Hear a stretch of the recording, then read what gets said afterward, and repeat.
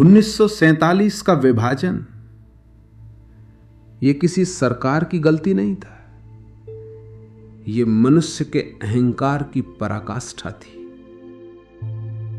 क्योंकि जब मनुष्य अहंकार में होता है तो उसे न भविष्य दिखता है न वर्तमान की करुणा, उसे केवल अपनी चोटें, अपने दावे, अपनी कल्पनाएं दिखती।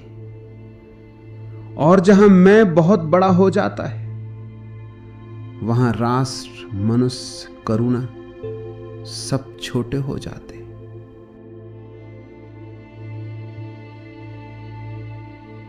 अहंकार यही असली पाकिस्तान है, यही असली हिंदुस्तान है। अहंकार जहां होता है वहां बंटवारा होता ही है। बाहरी सरहदें तो बाद में आती, पहले भीतर सरहदें खींचती। भीतर हिंदू खड़ा होता है, भीतर मुसलमान खड़ा होता है, और इंसान कहीं भी खड़ा नहीं मिलता। विभाजन पहले मन में जन्म लेता है, फिर नक्शे पर खींचता है। नेहरू और जिन्ना दो व्यक्ति नहीं थे, वे दो मनोवृत्तियां थी, दो दिशाएं थी, दो चेतनाएं थी, एक प्रवाह की, एक कठोरता की। मनुष्य को सदियों से यही भ्रम रहा है कि नेता इतिहास बनाते, नहीं, नेता केवल वही प्रतिध्वनित करते जो जनता के भीतर पहले से धधक रहा होता है। नेहरू और जिन्ना वही थे जो उस समय के समाज की दो परतों में पल रहा था। नेहरू का मन आधुनिक था, वो तर्क को समझता था, वो दुनिया को पढ़ चुका था, वो अंतर्राष्ट्रीय राजनीति की भाषा जानता था, वो भविष्य को देख सकता था। नेहरू का दृष्टिकोण चौड़ा था, वो निर्णय नहीं संवाद खोजता था, वो टकराव नहीं समझौता खोजता था। उसके भीतर एक कोमलता थी, और कोमलता हमेशा दीर्घकालिक समाधान की ओर ले जाती है। कठोर व्यक्ति भले ही तेज दिखे, कोमल व्यक्ति दूर तक देख सकता है। जिन्ना भी बुद्धिमान थे, पर उनकी बुद्धि एक कठोर तर्क में बंधी थी, एक ऐसी दृढ़ता में जो सुन नहीं पाती। तेज बुद्धि अगर हृदय से कट जाए तो वो खतरनाक बन जाती है, क्योंकि वो मनुष्य को नहीं देखती, वो केवल सिद्धांत और फार्मूले देखती। जिन्ना का मन एक निर्णय चाहता था, एक निश्चितता, एक अंतिम रेखा, लेकिन जीवन निर्णयों से नहीं, लचीलेपन से चलता है। जब मन बहुत कठोर हो जाता है वो बुद्धि नहीं रहता, वो जिद बन जाता है।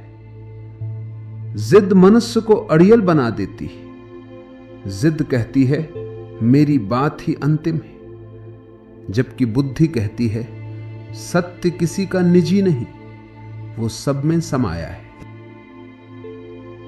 नेहरू लचीले थे, जिन्ना अटल। अटल होना अच्छा लगता है, परंतु दुनिया अटल से नहीं चलती। दुनिया चलती है प्रवाह से। जीवन का नियम है, जो झुकता है वही टिकता है, जो अकड़ता है वही टूटता है।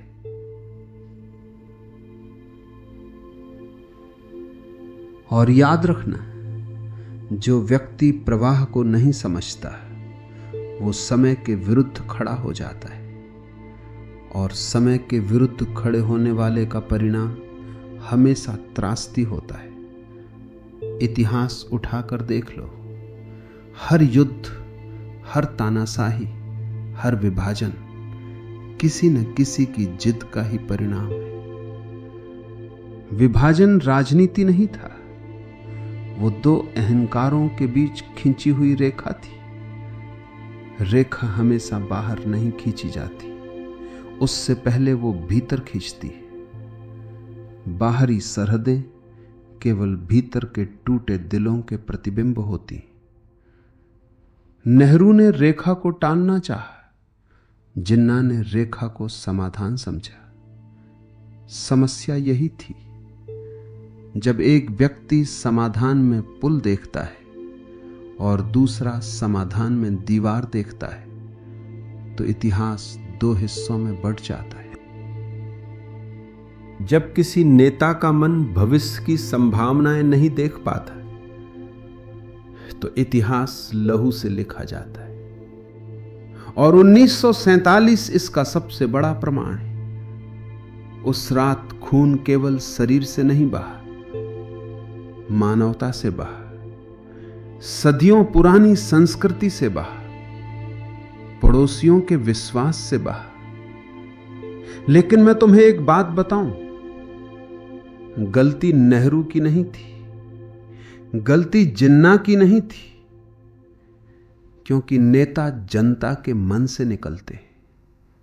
नेता वही बनते हैं जो जनता की सामूहिक चेतना के अनुरूप हो। यदि जनता जागृत होती तो परिणाम भी अलग होता। गलती हमारे भीतर के उस मन की थी जो अपने को हिंदू या मुसलमान मानता है, पर इंसान नहीं मानता। पहचान जब छोटी हो जाती है, मनुष्य भी छोटा हो जाता है, और छोटा मनुष्य हमेशा विभाजन चाहता है, क्योंकि वो विशालता से डरता है।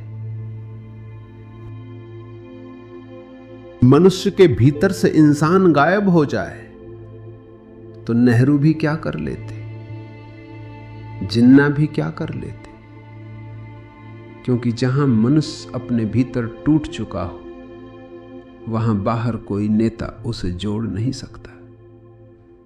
विभाजन नेताओं ने नहीं करवाया, विभाजन हमने करवाया, हमारे मन ने करवाया, हमारी संकुचित पहचान ने करवाया, हमारी भीड़ जो सोचती नहीं, हमारी आस्थाएं जो प्रश्न नहीं करती, हमारा भय जो इंसान को इंसान नहीं देखने देता।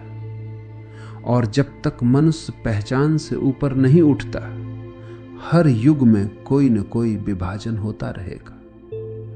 नाम बदलेंगे, सरहदें बदलेंगे, नेता बदलेंगे, पर विभाजन की जड़ वही रहेगी। जब तक मनुष्य ये नहीं कहता मेरे लिए इंसान ही पहचान है, तब तक दुनिया हर सदी में एक नया 1947 जन्म देगी।